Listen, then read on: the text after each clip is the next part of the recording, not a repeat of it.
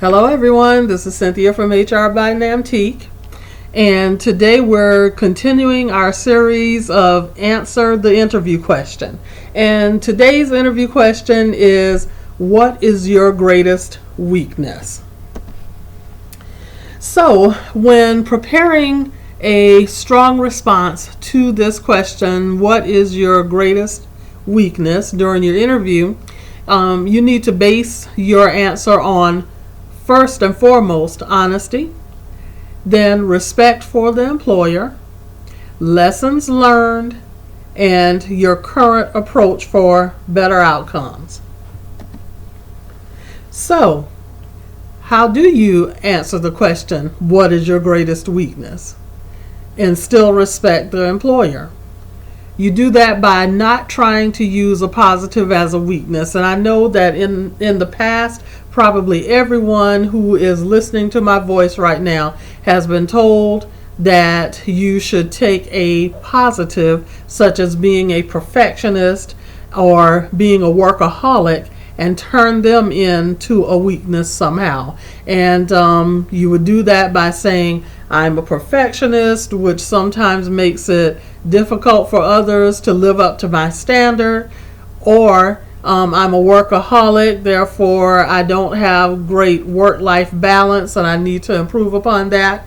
Well, the employer is going to see right through that and know that you are pulling their leg, and they are going to dismiss your answer because they want to hear a genuine, true weakness. Remember, the employer knows that we all have weaknesses, including them, because we're all human. So keep that in mind.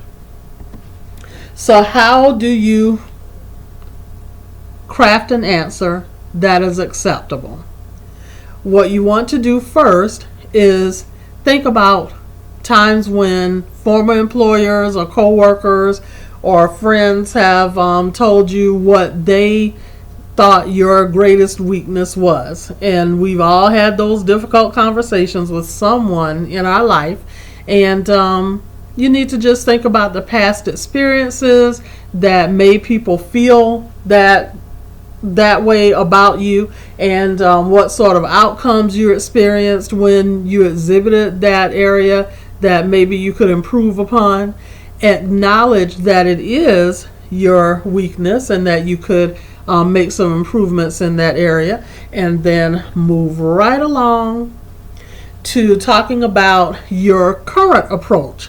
Now that you've realized what your weakness is, you know you need to make a change. So talk about the changes that you've implemented for improved outcomes, so that the employer can see that you've owned up to your actions, you've made the necessary adjustments in the area that you need to make improvements in, and now you're enjoying the fruits of that labor in the way of improved outcomes by not having people see you with that weakness, or with that weakness not showing up so prevalently in your daily life or your interactions with others. Then you need to make sure that you relate that your answer back to the position that you're being interviewed for. So you always want to use the tailoring method. I don't care what the interview question is. The way to win the employer's respect and their continued consideration is to show them how your knowledge, skills, abilities, and attributes, such as interpersonal skills and what have you, relate to the position that you're interviewing for. Let's say that you are an accountant and you have a tendency to procrastinate.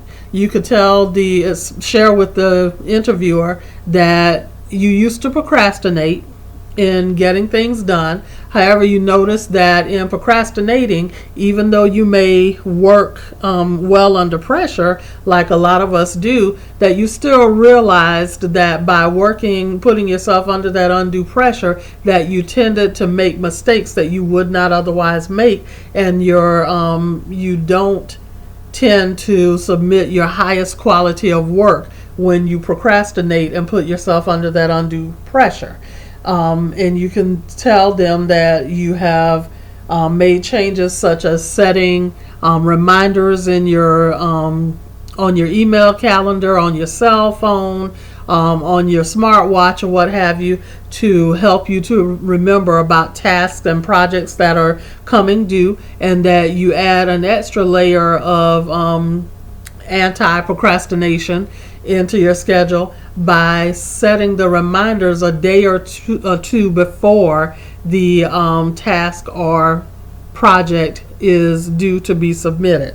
So that way you are making sure that you are doing what you need to do to give yourself some additional time for unforeseen circumstances to still meet your deadline. So that's how you make your answer to the question relatable. Even me, as an HR professional, we are often deadline driven as well, and so that's just what I do to make sure that I try not to miss deadlines, and set alarms and reminders for myself on my various electronic devices to help me remember about coming deadlines.